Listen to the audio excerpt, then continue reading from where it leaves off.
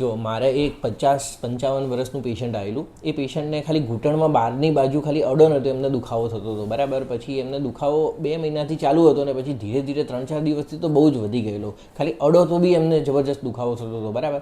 પછી મેં એનો એક્સરે કરાવ્યો. તો એક્સરે કરાવ્યો ત્યારે મને એકદમ ડાઉટ ગયો કે આમાં તો હાડકાની ગાંઠ થતી હોય ને એવું મને લાગે છે, બરાબર, જેને જાયન્ટ સેલ ટ્યુમર કહેવાય, જીસીટી કહેવાય, બરાબર. તો મેં એમને સમજાવ્યું, મેં કીધું તમારે આમાં એમઆરઆઈ કરવો પડશે અને તો તમે તાત્કાલિક જેટલો એમઆરઆઈ કરાવો એટલું સારું. અને પછી એમને એમઆરઆઈ કરાવ્યો. એમઆરઆઈમાં એ જ જાયન્ટ સેલ ટ્યુમર આવ્યું કે હાડકાની ગાંઠ.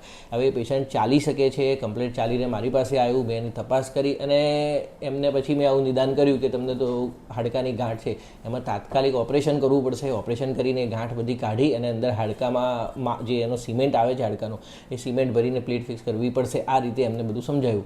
તો એરિયા ગભરાઈ ગયા કે સાહેબ અમે તો ચાલતા હતા, ખાલી 2 મહિનાથી ખાલી થોડો દુખાવો થાય છે, ખાલી અડો તો દુખે છે, એના સિવાય તો દુખતું બી